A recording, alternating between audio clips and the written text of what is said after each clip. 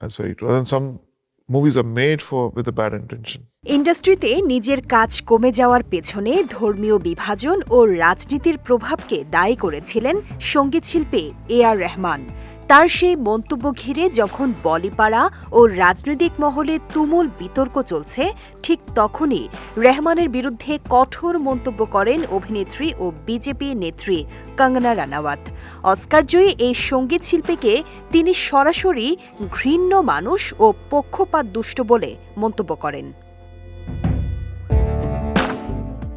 সম্প্রতি এক সাক্ষাৎকারে A.R. রহমান আক্ষেপ করে জানান, গত ৮ বছরে তিনি ধাপে ধাপে অনেক কাজ হারিয়েছেন। এর পেছনে বলিউডের অন্দরে থাকা বিভাজনের রাজনীতিকে দায়ী করেন তিনি। রহমানের দাবি, নিজ দেশের ক্ষমতাসীনরা সৃজনশীল নন এবং ধর্মীয় মেরুকরণের কারণেই তাকে কাজ হারাতে হচ্ছে। নাম প্রকাশ না করলেও এই ধরনের মন্তব্য তার কানে এসেছে বলে জানান এই অস্কারজয়ী সঙ্গীতশিল্পী। রহমানের এমন মন্তব্যের পর সামাজিক মাধ্যমে ক্ষোভ উগরে দেন কঙ্গনা।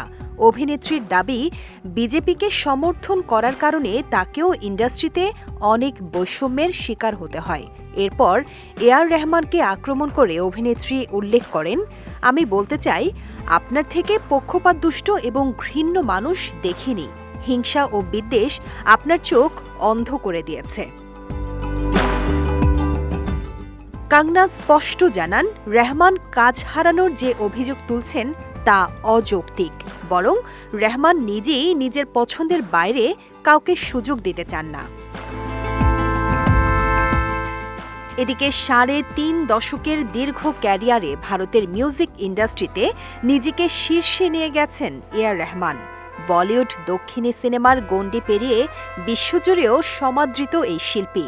কিন্তু শিল্প সংস্কৃতিতে ভারতের অভ্যন্তরীণ রাজনীতির প্রভাব প্রসঙ্গে রহমানের এসব বক্তব্য ব্যাপক আলোচনা তৈরি করছে।